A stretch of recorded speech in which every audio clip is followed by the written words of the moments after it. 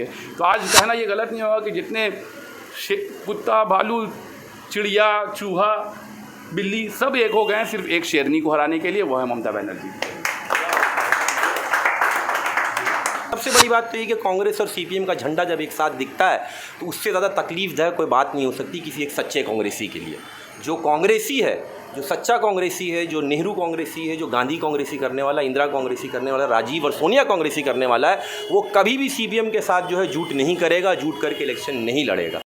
8 जुलाई को पंचायत चुनाव है, 11 जुलाई को इसका रिजल्ट आ जाएगा और तृणमूल का दावा है कि इस चुनाव में उसे एक तरफा कामयाबी मिलेगी। इस सिलसिले में 135 नंबर वार्ड के तृणमूल रहनुमा बॉबी शहजादा का भी ये कहना है कि एक तरफा लड़ाई है। ये एक तरफा लड़ाई है। जिस तरह से पिछले 2011 से आज 2023 दीदी का तीसरा टेन्योर है, जिस तरह से दीदी ने काम किया है, लगभग पूरे बंगाल में 72 स्कीम्स चल रहे, 72 प्रकल्पों है दीदी वेस्ट बंगाल गवर्नमेंट की तरफ से।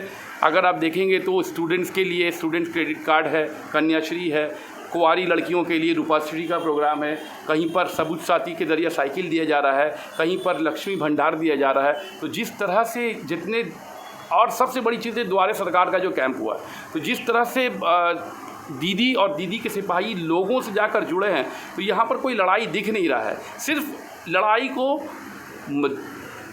कुछ लोगों को दीदी खटक रही है, इसलिए उन लोगों ने मिलकर एक टीम बनाई है जिसमें सीपीएम, कांग्रेस, आईएसएफ और बीजेपी शामिल है और सभी मिलकर ये कोशिश कर रहे हैं कि तृणमूल को शिकस्त दे, लेकिन ऐसा होना मुमकिन नहीं है। दिखाने के लिए या ये कहा जाए कि कुछ ऐसे लोग हैं जिनकी नज़र में दीदी खटक रही हैं, तो वो लोग अपना एक टीम बनाए हैं।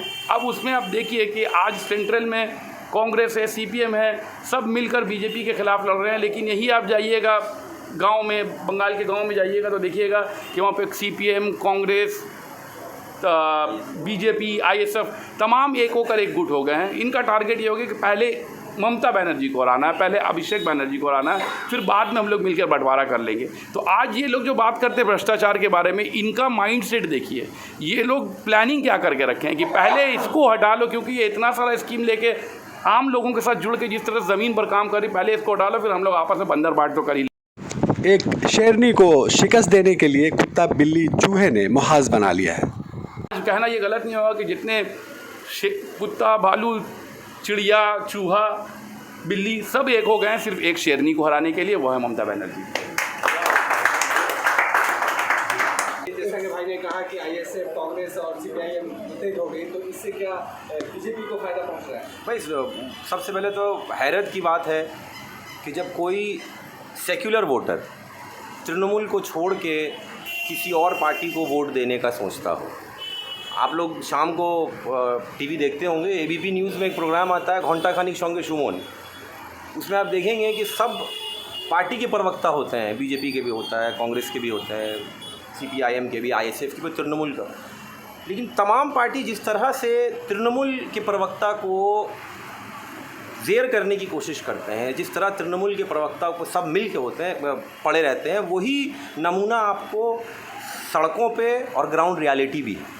आज कूच बिहार जैसे एरिया में सब पार्टी मिलकर एक मिছিল निकाल रहा है, जहाँ सब झंडा एक साथ दिखता है। बीजेपी का झंडा, कांग्रेस का झंडा, सीपीएम का झंडा, आईएसएफ का झंडा। भांगुड़ ये पास में ऐसे 30 किलोमीटर के दूर पे, वहाँ पे कांग्रेस और सीपीएम और आईएसएफ सब मिलकर एक कैंडिडेट के लिए जुलूस निकालते हैं। तो ये एकदम एक खुली किताब की तरह है, लोगों को सिर्फ गुमराह करने की एक कोशिश है, जहाँ पे सीपीएम, कांग्रेस और आईएसएफ जो है वो सेक्युलर वोटर को गुमराह करके उस वोट परसेंटेज को काटने की कोशिश कर रहे हैं। ये बात लोगों को समझ लेना है, लोग समझते भी हैं, समझदार हैं लोग, ऐसी बात नहीं है। मेरा कहने का मतलब है अगर सीपीएम और कांग्रेस को अगर झूठ करना था, अगर इमली का भुट्टा और बेड़ी का पेड़ करना, तो पहले क्यों नहीं कर लिए? 13 शहीदों के याद पे हम जब जाते हैं 21 जुलाई को शहीद दिवस मनाने के लिए, तो वो शहीद नहीं होते, बच जाते सब। हमारे भी बहुत सारे लोग हैं जो सीपीएम के गोलियों के शिकार हुए, मेरे अब्बू के साथ भी ऐसा हुआ था। भाई आप पहले दोस्ती कर लेते हैं। सबसे बड़ी बात तो ये कि कांग्रेस और सीपीएम का झंडा जब एक साथ दिखता है तो उससे ज़्यादा तकलीफदायक कोई बात नहीं हो सकती किसी एक सच्चे कांग्रेसी के लिए। जो कांग्रेसी है, जो सच्चा कांग्रेसी है, जो नेहरू कांग्रेसी है, जो गांधी कांग्रेसी करने वाला, इंदिरा कांग्रेसी करने वाला, राजीव और सोनिया कांग्रेसी करने वाला है, वो कभी भी सीपीएम के साथ जो है झूठ नहीं करेगा, झूठ करके इलेक्शन नहीं लड़ेगा। ये सिर्फ और सिर्फ वोट परसेंटेज को काटना है। सेक्युलर वोटर का अगर वोट जाएगा तो वो कहाँ जाएगा? एक सेक्युलर वोटर जो होगा वो कभी बीजेपी को तो वोट देगा नहीं, अगर तृणमूल को नहीं देता तो किसको देगा? आईएसएफ को देगा, कांग्रेस को देगा, ये सीपीएम को देगा। ये सिर्फ और सिर्फ एक साजिश है कि उस सेक्युलर वोट को काटा जाए। और बीजेपी का वोट बैंक तो अपनी जगह पे कायम है। जो मज़हब के नाम पे, रिलीजन के नाम पे वोट देने वाले हैं वो तो अपनी जगह कायम है। इस वोट को काटकर बीजेपी को लाने का एक रास्ता बनाया जा रहा है। तमाम वोटरों को, खासकर पंचायत के वोटरों को इस बात को सोच लेना है, समझ लेना है कि वोट जाए तो सिर्फ जोड़ा फूल को और तृणमूल के कैंडिडेट को जाए और किसी को नहीं जाना चाहिए। बनर्जी एक ऐसी लड़ाकू नेत्री का नाम है जिन्होंने 34 साल के पुराने सीपीएम सरकार को जड़ से उखाड़ कर फेंका है।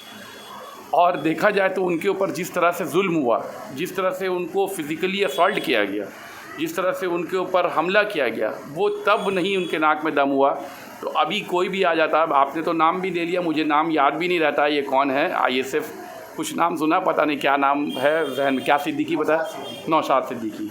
तो ये एक ऐसा एक शक्ल है जिसको आप बहुत दिन नहीं, आप थोड़ा सा पीछे जाइएगा 2021 में तो देखिएगा कि MIM बोलकर एक पार्टी आई थी और यही खेला खेला था यहाँ पर मुसलमान के हमदर्द, और दीदी को दिखाया गया था कि दीदी जो है वो सिर्फ अपने बारे में सोचती है।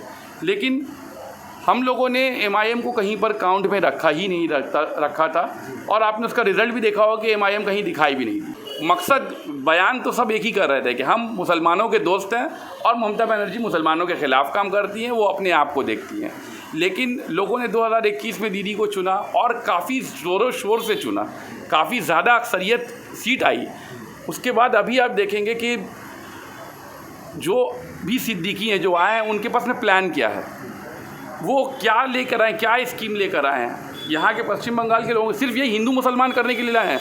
उनको शायद ये पता नहीं कि बंगाल जो है ये गंगा जमुना तहजीब का नाम है। यहाँ पर हिंदू मुसलमान सब मिलकर एक साथ रहते हैं। हम लोग दुर्गा पूजा मनाते हैं और हमारे बंगाली दोस्त जो हैं वो हम लोगों के साथ ईद मनाते हैं। तो कोई भी आता है और आकर हिंदू मुसलमान के नाम पर बंगाल की तहजीब को तकसीम करने की कोशिश करता है, वो यहाँ बंगाल में नहीं चलेगा।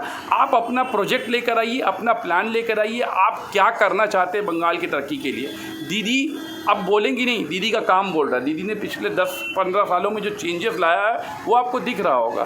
तो मैं आपके चैनल के थ्रू बस यही रिक्वेस्ट करना चाहूँगा कि तमाम वोटर्स से, अगर वो बंगाली हैं या हिंदी स्पीकिंग है, मैं हिंदी में कह रहा हूँ, समझने की कोशिश कीजिए कि अपने वोट को बर्बाद मत कीजिएगा, अपने वोट को डिवाइड नहीं कीजिएगा हिंदू मुसलमान के नाम पर, इसके उसके नाम पर। सिर्फ और सिर्फ जोड़ा फूल के निशान पर तृणमूल कांग्रेस को वोट दीजिएगा, क्योंकि यही शुरुआत होता है किसी चीज़ के एंट्री का। अगर पंचायत में आपने शुरुआत कर दिया तो आगे जाकर ये अपने लिए और भी ज़्यादा नुकसानदेह होगा। इसलिए हम लोगों को सबको मिलकर एक साथ तृणमूल कांग्रेस को वोट देना है और ममता बनर्जी को ज़्यादा से ज़्यादा वोटों से जिताना है। तो सिर्फ एक बात है कि ही इज़ लूजिंग इट। अभी आखिरी में आप देखिए तो क्या नहीं बोल दें, मतलब अब ज़बान पे लगाम नहीं बचा। शुरुआत तो ये किया था कि भाई डबल इंजन की सरकार आएगी और यहाँ पे सेक्युलर लोगों को खास करके, मतलब उनका तो टारगेट शौखा लघु बोल के डायरेक्ट टारगेट करते हैं, जो बीजेपी वाले करते हैं मुसलमान टारगेट, कि भाई डबल इंजन की सरकार आएगी, यहाँ पे बुलडोज़र चलेगा और लोगों को सड़कों पे गोली मारा जाएगा, जिसका नमूना पेश किया योगी सरकार ने। और शुभेंदु अधिकारी जिन बातों को लेकर यहाँ पे सरकार बनाने का सोच रहे हैं पश्चिम बंगाल में, जैसा कि बॉबी ने कहा कि हो ही नहीं सकता है। यहाँ के लोग जो हैं वो जो सोच रखते हैं, यहाँ के लोग जो आपसी इत्तेहाद और साथ में मिलकर रहने की जो उनके अंदर खासियत है, वो हिंदुस्तान में और कहीं नहीं है। कहीं दूसरे जगह पे तो हमारे पश्चिम बंगाल को दिखाया जाता है कि हिंदुस्तान का हिस्सा ही नहीं है, यहाँ पे ऐसा हो रहा है वैसा हो रहा है, लेकिन ऐसा यहाँ कुछ नहीं है। ज़मीनी हकीकत यह है कि हम सब मिल के रहते हैं और शुभेंदु अधिकारी का जो ये डिवाइड एंड रूल पॉलिसी है वो काम नहीं आएगा। बीजेपी को मुँह की खानी पड़ेगी। सिर्फ और सिर्फ यही इल्तिजा है कि 21 जुलाई को हम लोगों के साथ मिलके दीदी को और शहीदों को याद करने चलिए और 8 जुलाई को ताबड़तोड़ वोट देकर एकदम बैलेट का बटन जो है वो एकदम तृणमूल के नाम पे टेढ़ा कर दीजिए। उससे ज़्यादा और अभी कुछ करने की ज़रूरत नहीं है। ISF और कांग्रेस और बीजेपी और CPM ये सब फालतू की बातें हैं। फालतू की बातों को फालतू जगह पर जाने दीजिए। शुक्रिया।